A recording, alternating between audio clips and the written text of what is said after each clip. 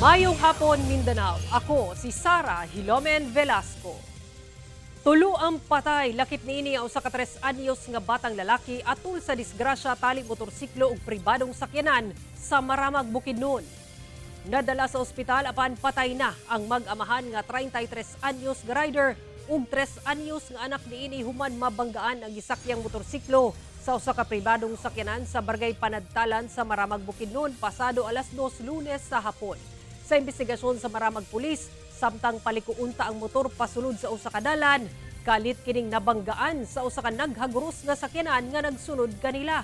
Sa kakusog sa impact, nalabay ang mag-amahang biktima og halos 15 metros gikan sa ilang motor. Grabing samad sa lawas ang naiaguman sa duha ka mga biktima nga mo'y hinungdan sa ilang kamatayon.